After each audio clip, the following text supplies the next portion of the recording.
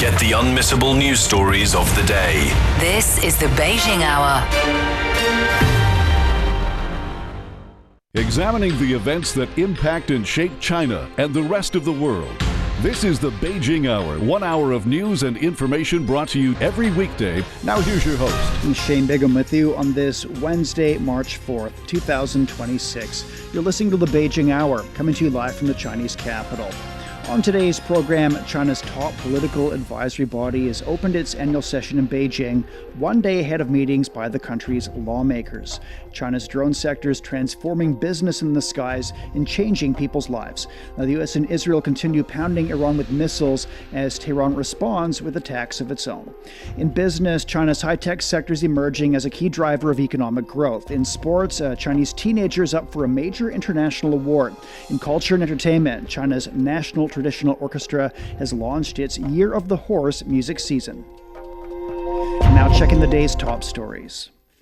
China's top political advisory body has opened its annual session in Beijing. The fourth session of the 14th Chinese People's Political Consultative Conference National Committee brings together over 2,000 political advisors from different parties, social groups, sectors, and organizations.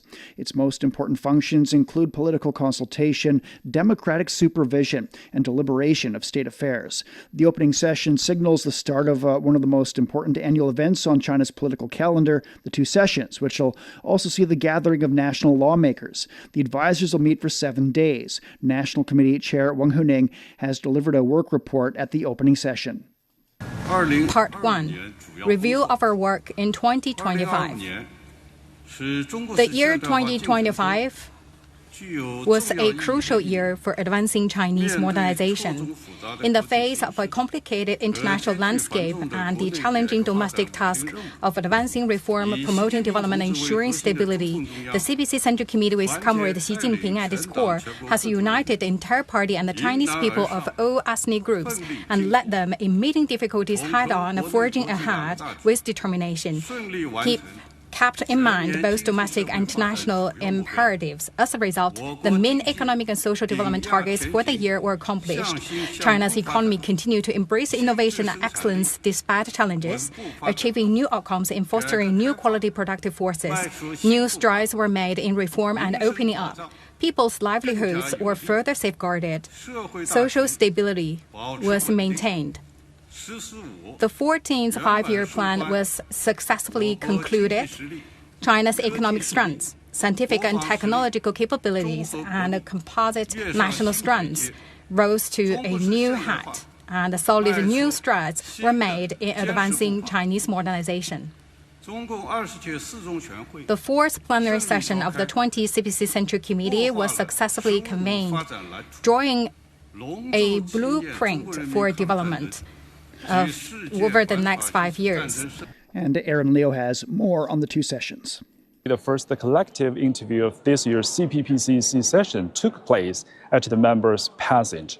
Committee members highlighted investments in China's agriculture, quantum technology, and the Suchao Grassroots Football League. The rise of homegrown sports events is boosting local history, culture, consumption, and economic growth, showcasing the warmth and vitality of Chinese cities. Reflecting on the past year, political advisors focused heavily on formulating the 15th five-year plan, deepening economic system reforms, and cultivating new quality productive forces.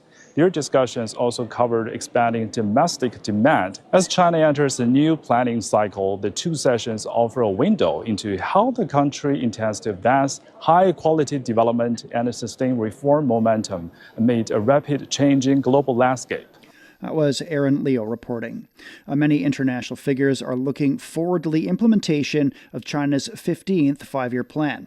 Fundación Cátedra China Vice President Marta Montoro is one of them.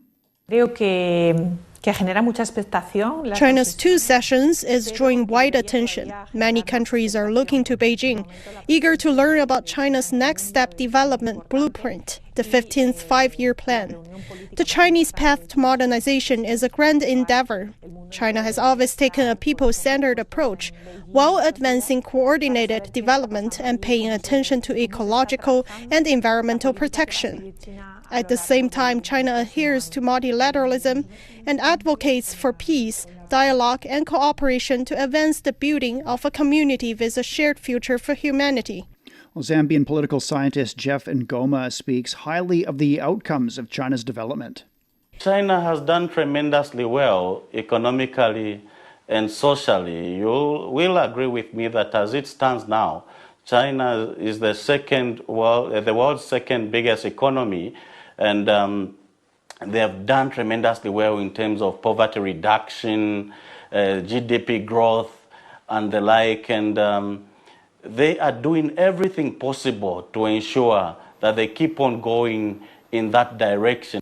And Wojciech Nowak's a professor of political science and journalism at Adam Mickiewicz University in Poland, and he says the two sessions are important for the world. I believe the two sessions taking place in the beginning of March is not only huge and meaningful for China, but also for the whole world. That's because the draft outline of the 15th five-year plan will be discussed. President Xi has consistently and clearly stated that China stays committed to openness. China is eager to cooperate with other countries and share the fruits of its development. That was Polish professor Wojciech Nowak. A spokesperson for the fourth session of the 14th National People's Congress has unveiled the agenda of the National Legislature's 8-day annual session, which opens on Thursday. Economic growth and domestic demand will top the agenda.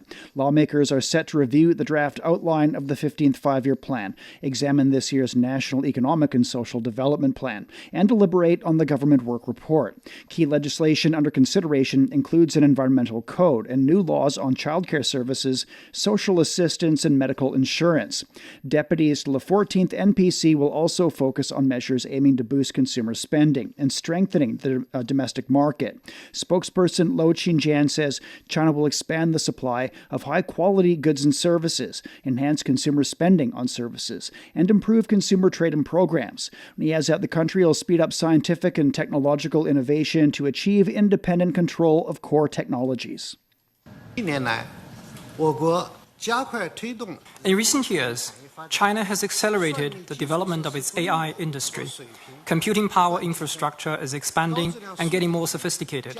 High-quality data sets are emerging more quickly. Chinese AI models are leading the way in the open-source innovation ecology. The reality is, the key to sci-tech innovation and development lies in having homegrown, risk-controllable core technologies. During the 15th five-year plan period, we will strengthen research on original innovation and critical core technologies, speed up the integration of sci-tech innovation and industrial innovation, and drive decisive breakthroughs in critical core technologies across entire chains in key fields. Sci-tech innovation cannot be separated from an open, inclusive, and mutually beneficial global environment. We are ready to work with all parties to foster an open, fair, just, and non-discriminatory environment for science and technology, and allow the results of sci-tech innovation to benefit more countries and people. Well, lawmakers will also conduct oversight on efforts to build a unified domestic market and advance rural revitalization. The fourth session of the 14th National People's Congress will deliberate on a bill put forward by the Standing Committee on reviewing the draft law on national development planning. With more, Zhao Ing spoke to Dr. Xiao Lu from the National Academy of Development and Strategies, Renmin University of China. Could you give us an overall briefing on how this draft law on national development planning will better boost China's national development in the future? We know that this year, that would be the fourth session of the 14th National People's Congress, right? And actually, if we go back to the previous session, we can clearly grasp the essence of, or the task or function of each and every year's National People's Congress session, particularly the session in March. So, for example, in the year 2023, in the year 2024, and in the year 2025, in each of this National People's Congress session, there was only one national law draft sending to the deputies into the delegation and the discussion. But this year, there will be at least three national level, this kind of a legal draft, a law draft. And one of them is National Development Planning Law, that draft actually not a very new one. Well, if we have a basic understanding of China's 5-year plan or the 5-year planning session, we know that actually ever since the founding of the People's Republic of China, the Chinese central government or Chinese central authority has already used this 5-year plan to do this kind of a long-term management of social economic development. So this kind of activities, this kind of practice has been done for more than 70 years, but there is no law, there is no legal foundation to support, to regulate, and to coordinate, for example, central government's activity, local government's activity, and enterprises activity. So I think this law will be mainly focusing on the top-level designing and also this coordination, the dynamism between central government, local government, central SOE, and local state-owned enterprises to coordinate this development, focusing on the nationalization or let's say the unification of the economic development. So I think this is very important. That's what we can expect from this year's National People's Congress. And one of the highlights is that the draft law says the formulation of national development plans should uphold the unity of top-level design and public consultation while leveraging the supporting role of industry associations. What is your take on this? We know that this national development planning law originated in 2009. Actually, back in 2009, there would be the first kind of initiation of this legal kind of legislation. But actually, the first kind of draft or the first delegation was in last year, April 27th, 2005. And the third kind of delegation was actually in December. So in the third draft to the public, published in 2025, actually, it was the first time added the industrial association, because the industrial association is one of the important power or actors in China's national economy. So with that being said, I would like to say that this balance between the national level or the central government and local government, and also this industry association, illustrate one of the characteristics of China's governance. That would be the coordination. That would be the whole process, people's democracy, and that would also be the rationalization of national governance, rationalization of national and social governance. And also, one of the purpose of the modern state is to balancing the relation between government, the market, and also the society. So I think this would be a good point for us to understand the governance of China or governing China, particularly in the new era. That was Dr. Xia Lu from Renmin University of China. Coming up, China's drone economy is transforming business in the country. You've been listening to programs from CGTN Radio. CGTN Radio.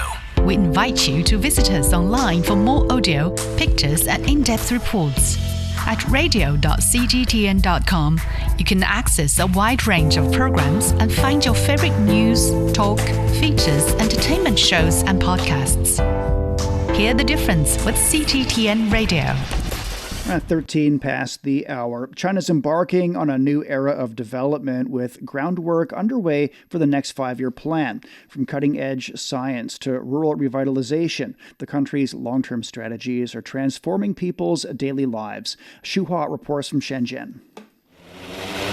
As the hum of drones fills the sky, there's a sense this technology has reached the new heights. And in China, the low-altitude industry is pushing the limits even further. Every day from 10:30 a.m. in Shenzhen, drones take to the skies from Qianhai to deliver parcels to neighboring cities Zhongshan and Zhuhai. What used to be an hour-long road trip is now a quick flight overhead. With hundreds of drones crisscrossing the skies, one question stands out: how is all of this managed? The answer lies in this nerve center, where a real-time control screen tracks every drone's flight path and cargo. We currently have 168 drones actively operating in Shenzhen alone, managing 383 established routes, with daily flight sorties surpassing 1,000. In other cities across the country like Beijing, Shanghai, and northwest China's Urumqi, companies are using drones to deliver fresh food, medicine, and packages, or in minutes. And flying taxis are being developed to create a new layer of urban transport. In this factory, drones are being built not for delivery, but for firefighting, maritime rescue, and reaching places humans can't. This is the other crucial side of the low-altitude economy. This particular production line is dedicated to drones for agriculture and plant protection. As General Manager Li Xiaoliang explains, a drone like this is 40 to 50 times more efficient than manual labor. But what makes it so reliable? 要有一个稳定可靠的一个飞控。 Three key elements: a reliable flight controller for steady operation in all conditions, a precise positioning system, like China's Beidou system, and artificial intelligence-enabled obstacle avoidance and path planning. Together, these ensure safety and reliability. This reliability is what's attracting customers worldwide to this technology. 东南亚市场还有中东市场。 Our main markets are Southeast Asia and the Middle East. Last year, we exported over 1,000 agricultural drones. This is not just one company's story. It's an entire ecosystem in Guangdong province, built on a cluster of 15,000 specialized firms, driving Chinese drones to take over 70% of the global market. 大湾区吧，应该是全球低空经济的一个重镇，对吧？ The Greater Bay Area is a global hub for the low-altitude economy with leading companies and a complete supply chain. It's not just a factory, it's a living lab for innovation, transforming how we handle logistics, delivery and connectivity from cities to across borders. This model is now a template for the world. Data from China's Civil Aviation Administration projects the country's low-altitude economy will reach a market size of 3.5 trillion yuan, or over $500 billion by 2035. It's one of the strategic emerging industries outlined for growth in China's upcoming 15th five-year plan, and with drones increasingly becoming part of everyday life, that future is no longer a distant vision. It's already here. That was Xu Hua reporting. A Chinese political advisor is urging a major push to boost the services sector, seeing it as crucial for the next stage of economic growth. In a recent conversation with Song Rixin, Lu Ming, an economics professor at Shanghai Jiaotong University's Antai College of Economics and Management, said rising income should shift consumption from goods to services such as education, healthcare, and tourism. And he added that this transition will require more leisure time and higher quality services. Professor Lu, what are the key issues you are most focused on during this year's two sessions? I would like to discuss two problems. The first one is the overtime work in China, because many people work very hard and overtime in factories, in their companies. This is very harmful for the consumption in Chinese economy. And also the workers' welfare is also harmed. I would like to call for a regulation from the central government to improve the life quality and work condition, to reduce the work time, overwork time in China, so that can allow people to rest a lot and consume a lot, especially for consumption in services. That's the first one.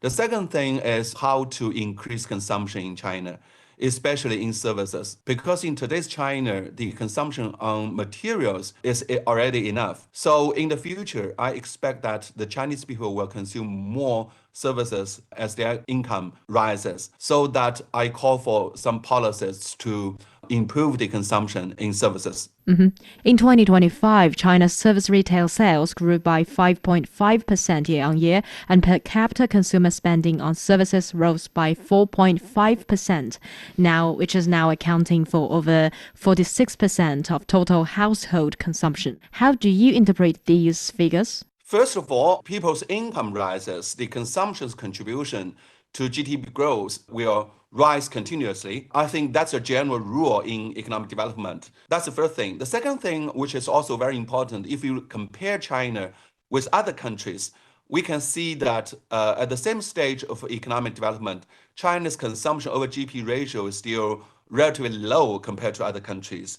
And China has a structural issue that we have overcapacity in a lot of manufacturing sectors. But in services, the supply side is still not enough to satisfy people's need. If you look at people's service demand like education, medical care, even amusement and tourism, people always complain that the quality and quantity are not enough to meet people's need. So I think in the future, we still need to increase the supply and improve the quality of the services to satisfy people's everyday life. Then, if we look at these figures, do this growth rate and spending share fall within your expectations? I think so. Because in recent years, the Chinese central government has already implemented a lot of policies to boost consumption. And on the other side, the overcapacity on the production side issue is also dealt with by the government seriously. For example, the fair competition review by the central government is regulating the oversupply of manufacturing goods. But on the service side, the supply side quality and quantity are being improved by the government. So I think this is very helpful for us to see a rising contribution of the services and consumption in the GDP growth. That was Lu Ming from Shanghai Jiao Tong University. Coming up, heavy fighting continues in Iran and other locations across the Middle East. Global financial giant UBS has downgraded U.S. stocks as markets stumble into one of their worst starts in decades. Is this a routine reset or a warning shot? Where is capital moving now? Are emerging markets the real story? And with geopolitics heating up and the Fed in play, is this a short-term wobble or the start of a structural shift in global capital? Join us at this week's Chat Lounge as we break down dollar risk, fading buybacks, stretched valuations, and policy volatility. Listen wherever you get your podcasts and on CGTN Radio. At 21 minutes past the hour, the U.S. Israeli attacks on Iran and Iran's retaliatory strikes continue. Qatar says Iranian missiles have hit the largest U.S. military base in the Middle East. The Islamic Revolutionary Guard Corps says it's hit a second U.S. THAAD anti-missile system in West Asia.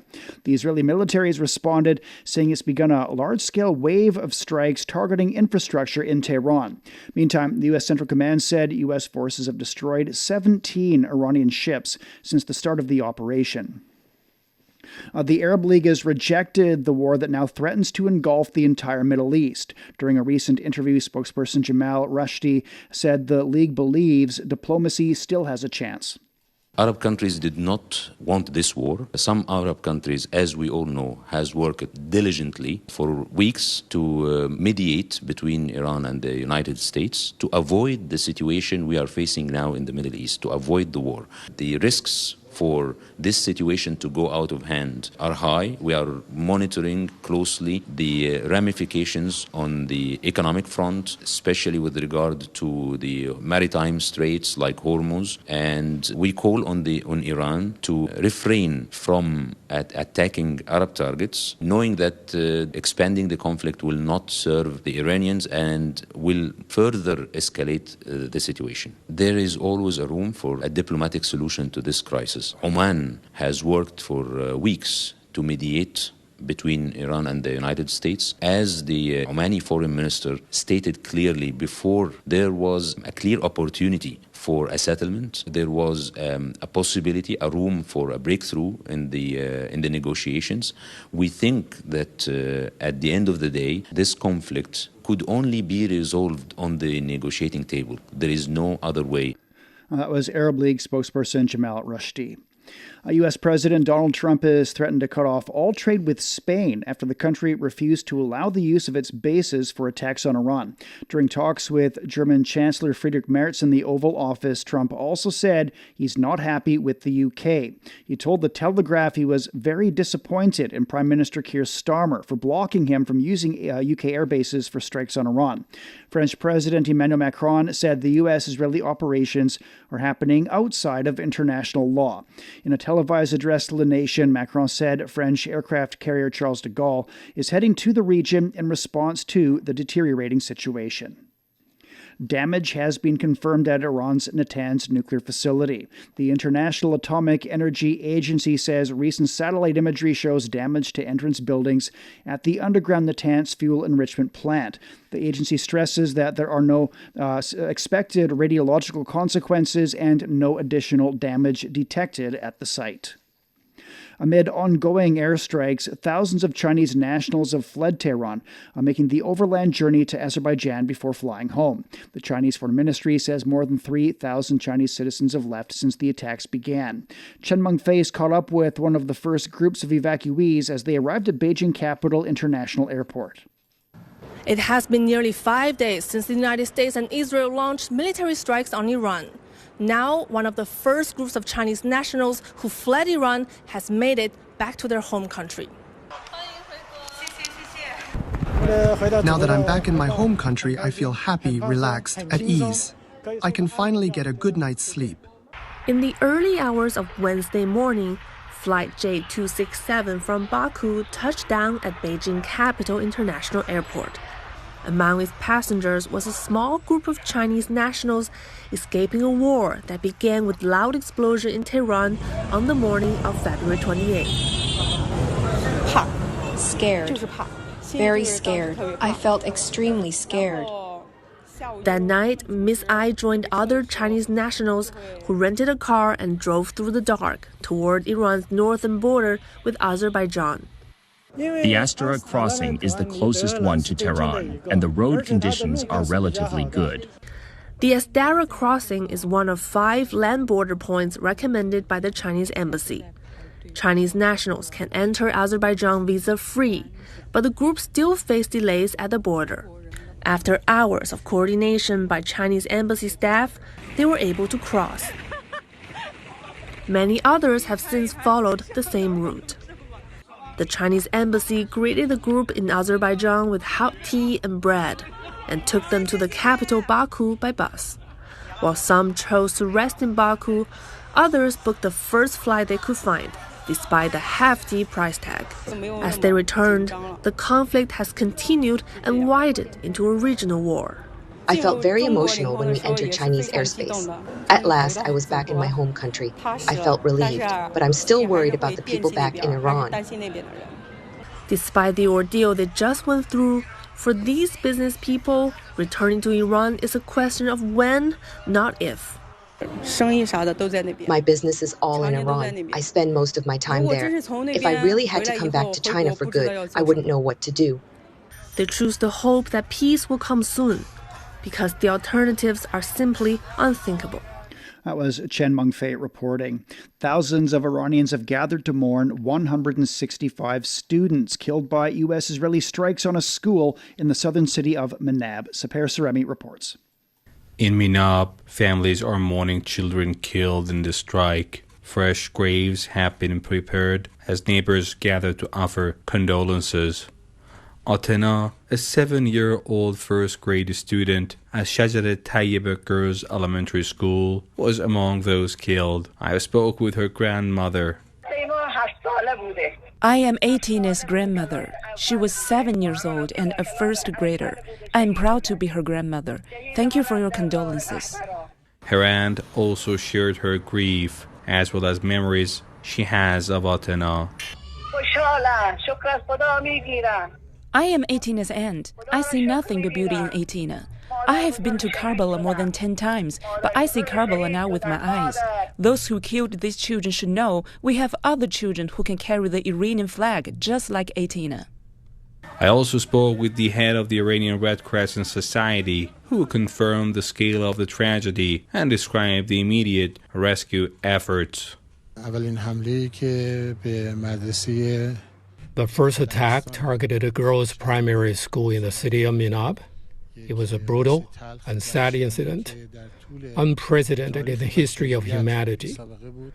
More than 168 children aged 7, 8, and at most 9 years old were martyred. The school was attacked in 2 phases, and unconventional weapons were used in this assault.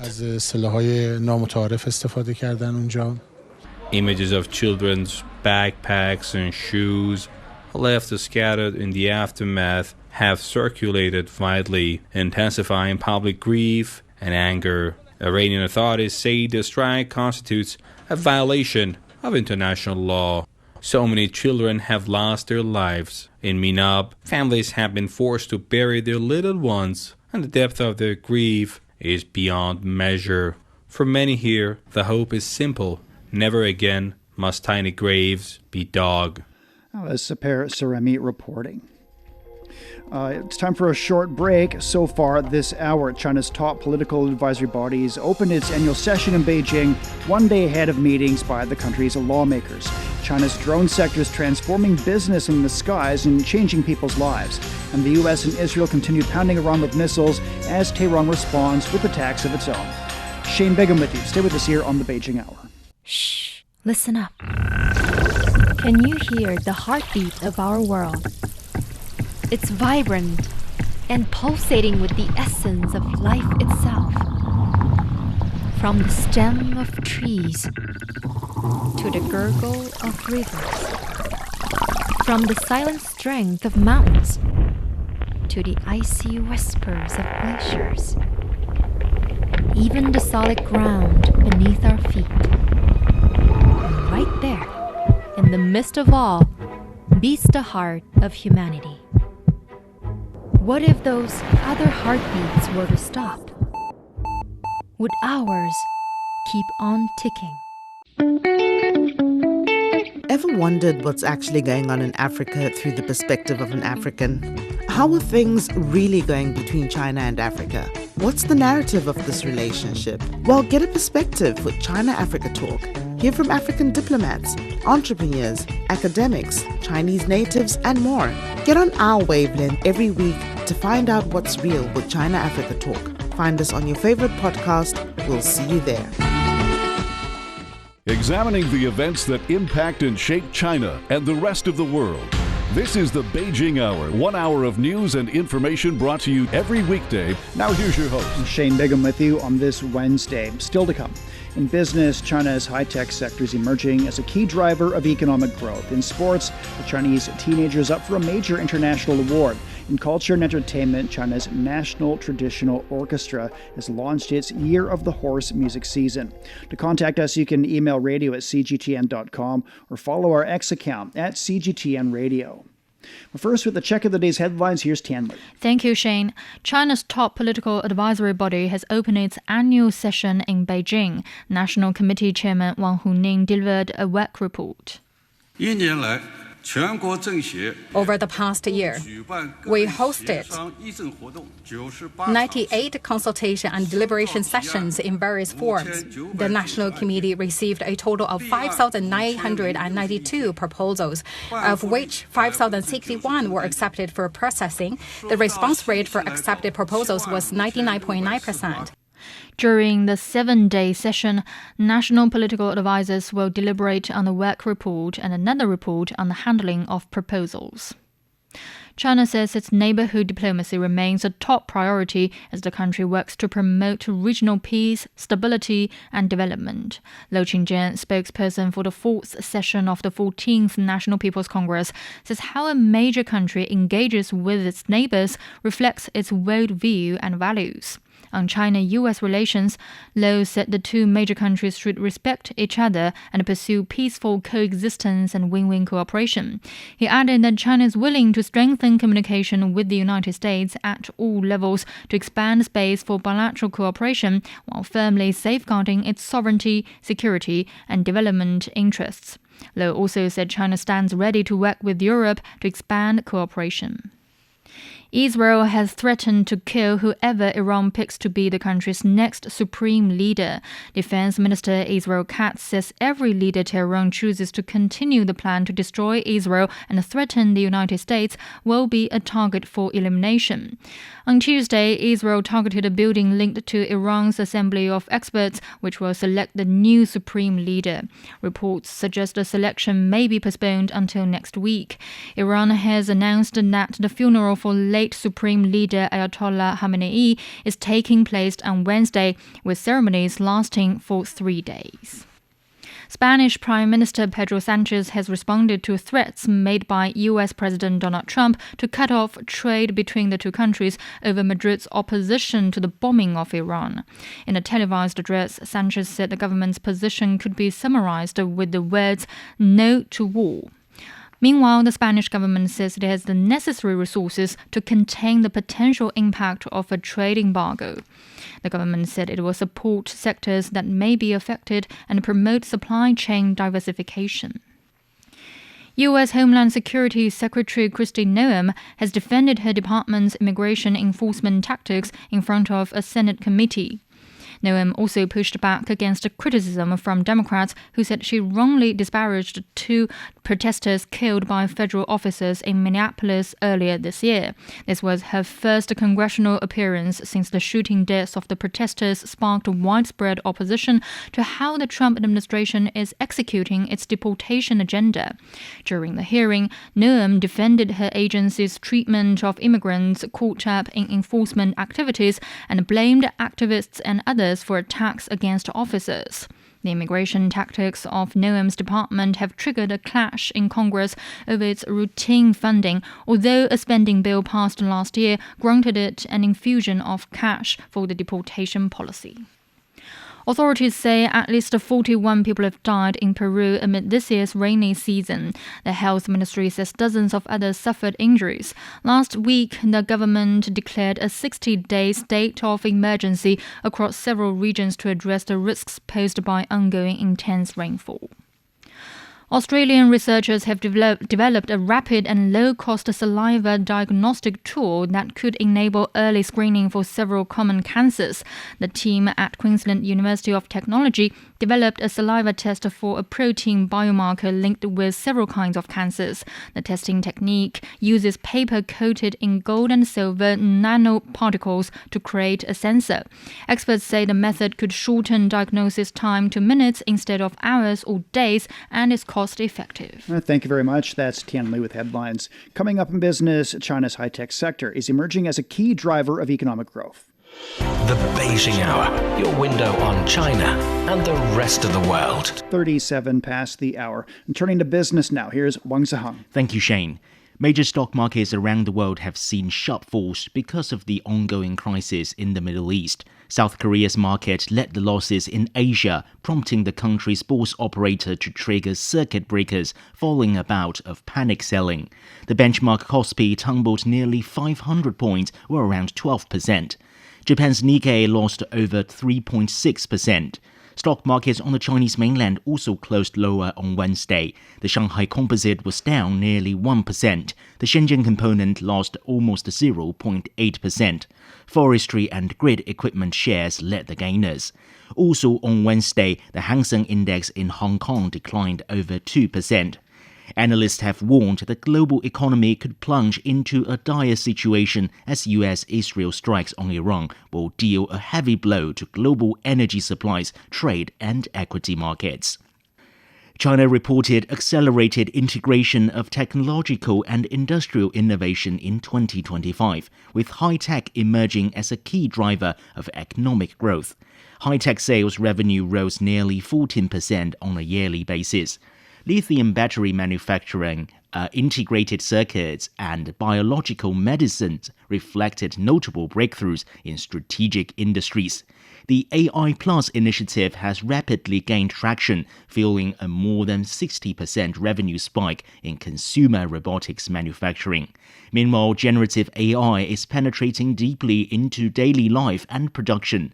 By December, China boasted over 600 million generative AI users, representing nearly 43% of all netizens. With over 6,000 AI enterprises, China has become the world's largest holder of AI patents, providing strong momentum for the country's digital and intelligent transformation. China's Purchasing Managers' Index for manufacturing eased in January due to seasonal factors, while business confidence improved and high-tech manufacturing maintained growth momentum. The PMI came in at 49, down 0.3 points from the previous month. According to the National Bureau of Statistics, the extended Spring Festival holiday temporarily weighed on corporate production and business activities, leading to an overall decline decline in manufacturing activity. Industries including agriculture, food processing, as well as computer, communication and electronic equipment all saw their production and new order indices remain in expansion territory. The PMI for high-tech manufacturing stood at 51.5, outperforming the overall manufacturing sector, maintaining sound growth momentum. The PMI for consumer goods rose 0.5 points on a monthly basis to 48.8, revealing an improvement in the business climate.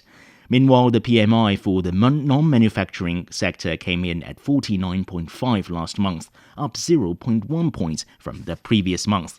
Boosted by the Spring Festival holiday, industries including accommodation, catering, sports and entertainment all recorded readings above 60, indicating strong growth in business activity. Now for more, Li Lu spoke with Associate Professor Xi Fanqi from Peking University. If we look at services PMI data, that number actually has been seeing a long-term expansion. What do you think is underpinning this expansion and how sustainable is it? I believe there are three main reasons behind it. First is because of the pandemic and the current sustained social pressure. So because of the pandemic and the sustained social pressure, there is the shift of consumer preferences toward immediate experiences. So that's why we see that the service sector is expanding rapidly. And the second factor is we see nowadays there are a lot of powerful online intermediaries, such as the Douyin and also like Jingdong, etc. So these kind of intermediaries, they drastically improve accessibility of offline services, so that a better integration of offline online services. So that's why we see that there are more actually supply or actually more consumption of these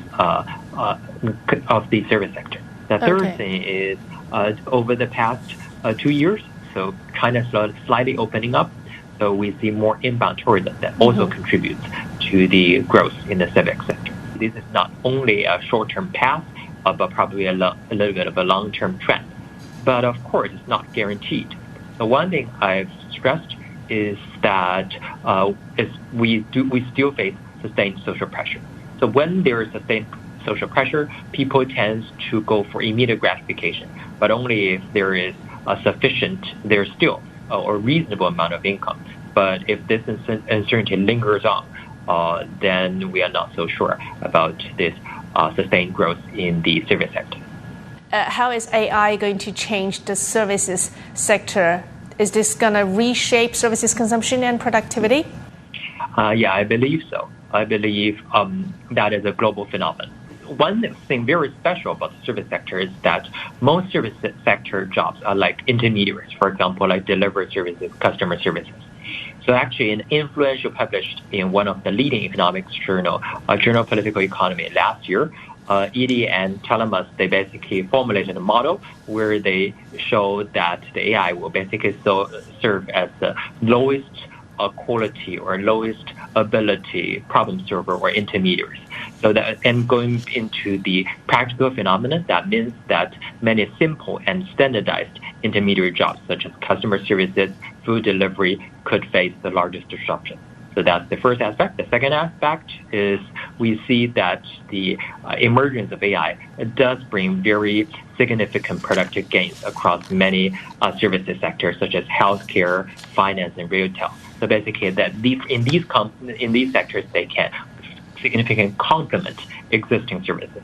And the third aspect is that we also see, because of the emergence of AI, there is actually growing, or paradoxically, there is actually growing demand for human-centered services, such as those services that involve human interactions and mental comfort. And the examples like that include like counseling or high-end sales. So that means there are likely to be a huge disruption, probably at least in the short run. But in the long run, then we can shift toward those human-centered services, which may be a long way forward. That was Associate Professor Xi Fanqi from Peking University. Global air travel has been thrown into chaos. Thousands of flights have been cancelled worldwide, leaving passengers stranded. The UAE is launching flights to help repatriate those affected, while major European airports face mass cancellations. A small number of airlines are beginning to restore limited routes. Ray Addison has more from London. We know that we've had at least 4,000 cancelled flights since the conflict began. We are starting to see some good news. The U.S Civil Aviation Authority say that special flights to begin operating across the UAE airports to allow departure of stranded passengers. So Fly Dubai said they'd be operating 4 flights to Russian destinations and also services from 3 airports in Pakistan and 1 from Somaliland will be returning to Dubai. Now, of course, here at London Heathrow, we know that there's been at least 28 cancelled flights alone. But of course, it's not just Heathrow, it's Gatwick, it's Stansted, it's smaller airports here in the UK like Birmingham as well. They've all been impacted too. If we look a little bit wider across Europe, we've heard a little bit of good news, rather bad news from the German Airport Association. They've said that their 8 largest airports in Germany have cancelled more than 450 flights right up to March the 5th. So that is certainly not good news there across Europe. We've also seen cancellations from Aegean in Greece, Air France, KLM. I could go on. And as we look at the rest of the world as well, we're seeing that airlines such as Virgin Australia, Air India, Cathay Pacific, Japan Airlines as well have all been impacted, although we have heard from Air India Express they plan to resume operations to and from Muscat in Oman. The beginnings of some airlines starting to schedule the flights, mainly focused on getting stranded passengers back home, and hopefully more flights will follow, which would be good news for travellers. That was Ray Addison reporting. Now, a China pavilion has debuted at the 2026 Mobile World Congress in Barcelona. It features major Chinese companies including China Mobile, Huawei and Xiaomi, showcasing their latest advancements in mobile communications and AI technologies. This year's Mobile World Congress focuses on intelligent infrastructure, AI connectivity and integration, and enterprise-level AI applications. Attendees have highlighted the pervasive impact of artificial intelligence on personal routines and professional workflows. Network capabilities centering around AI applications have also dominated discussions, where many companies unveiled their vision for 6G technology. I was Wang Seheng with business. You're listening to the Beijing Hour. Coming up in sports, a Chinese teenager's up for a major international award. Sideline Story brings you all things sports related. The hottest topics, latest events, juiciest stories, all with a very personal take. Subscribe to Sideline Story Podcast for heated sports discussions covering events that are happening in China and around the world.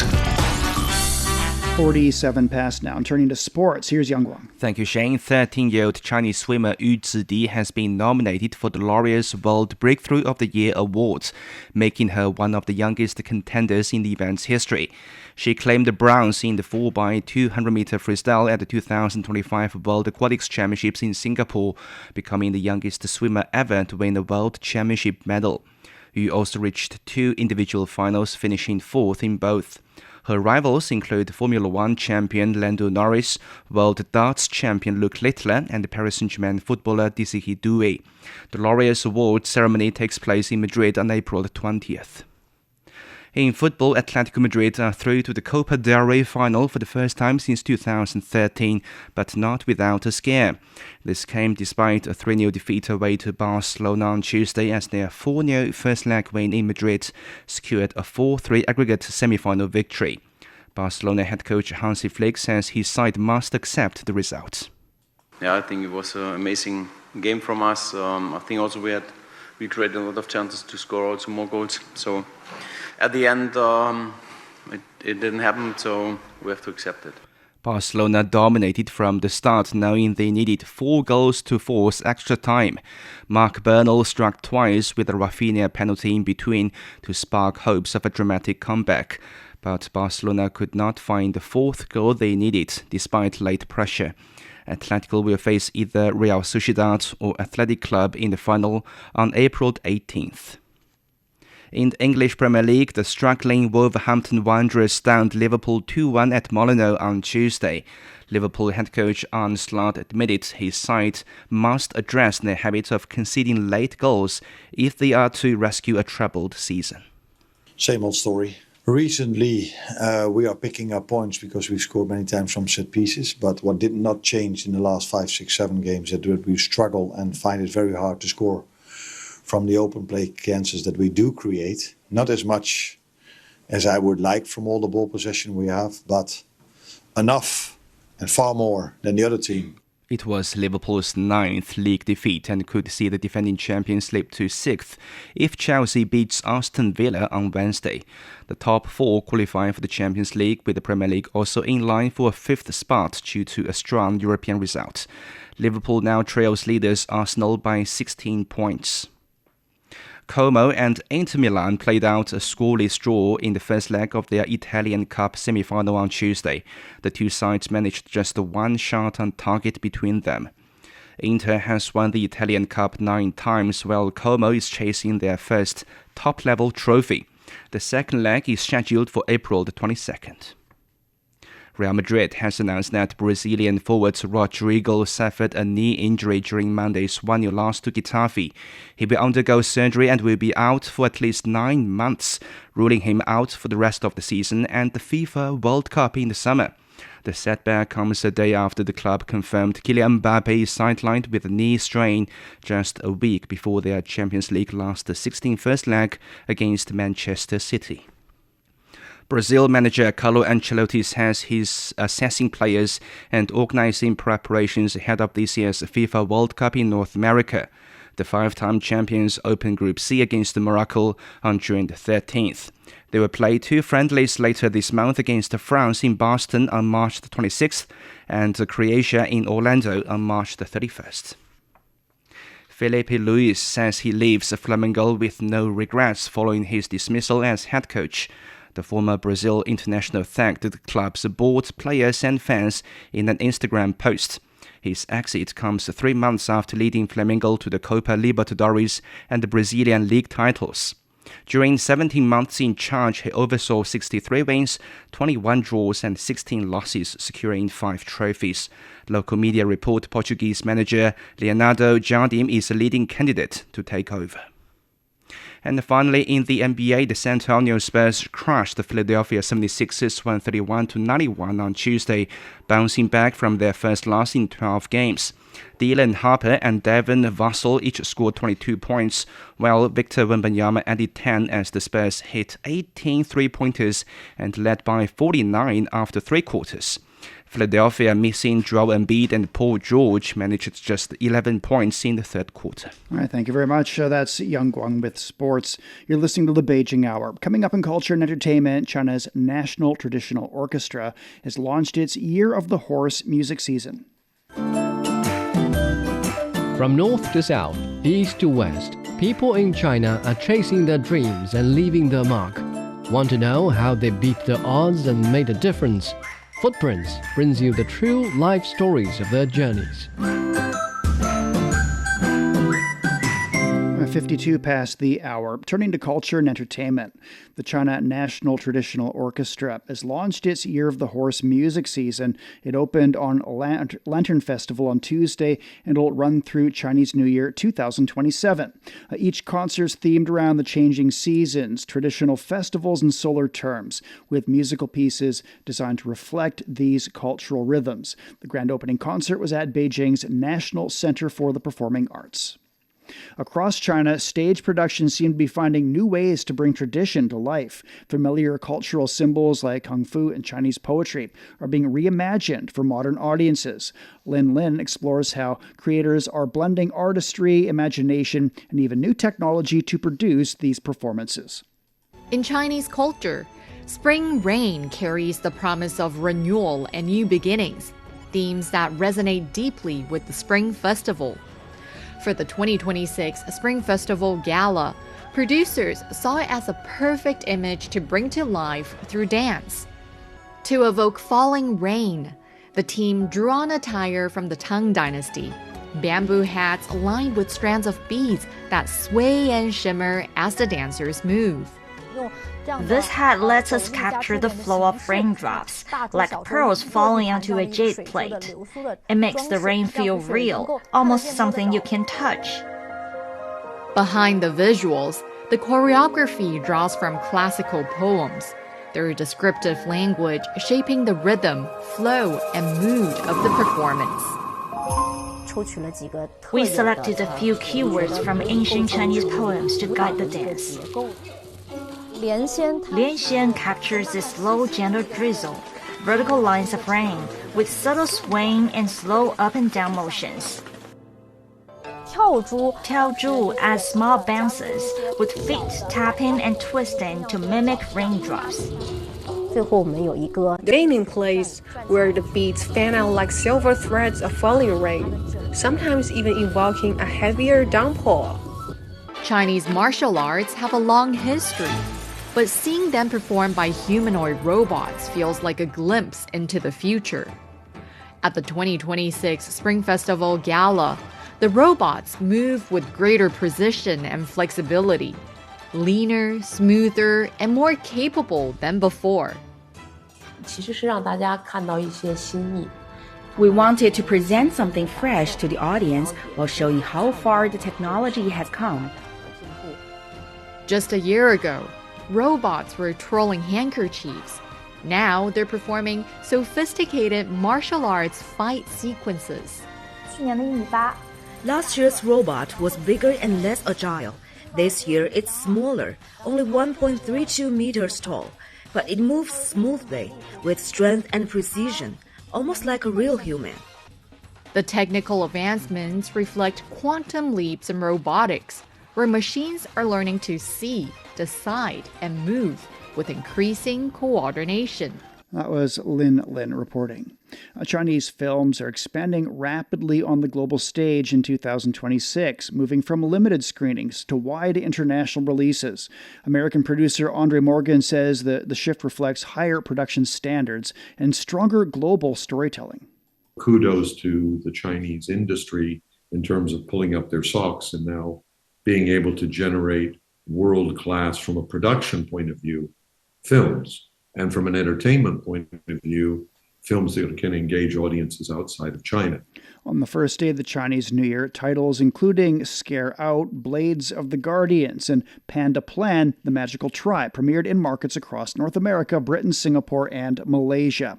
According to Malaysian media China Press, Blades of the Guardians earned nearly $2.6 million in Malaysia. We're at 57 past the hour. Checking the forecast before we go. Beijing will see a light snowfall. That's tonight and through tomorrow. A low of -2. The high is +2 on Thursday. Shanghai is overcast and 8 degrees this evening. Then a light rainfall and 14. Chongqing's cloudy and down to 12. Then a light rain and 20. Nanchung's overcast and 8 degrees this evening. Then cloudy and 16. Last is -2 overnight. Then sunny and 18. Elsewhere in Asia, Islamabad will be cloudy and down to 17. Then Thursday is overcast and 32. Vientiane's getting a light rain overnight and tomorrow, a low of 21, a high of 32. Phnom Penh's getting some rainfall in 23 this evening, then moderate rain and 34. In Africa, Nairobi is getting heavy rainfall and 22 degrees on Thursday.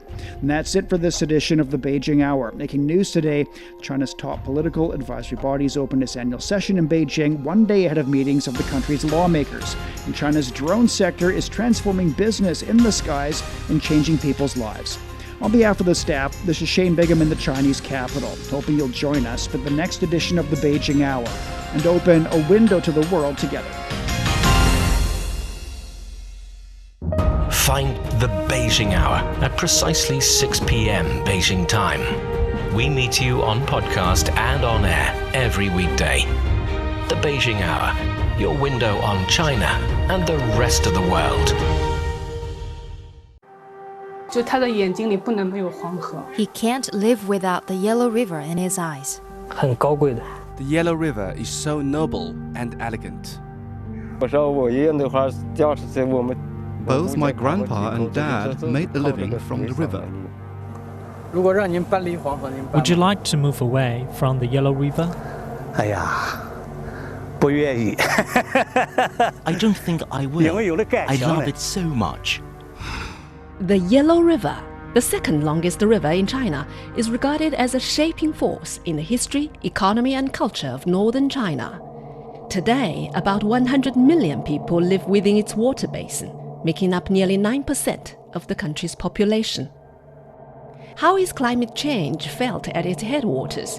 And what are the locals doing to cope with it? What are the descendants of the boatmen doing? What has kept some people from leaving their home village by the river? And what has drawn others back? Could the fading fishing community revive in a time of digital transformation?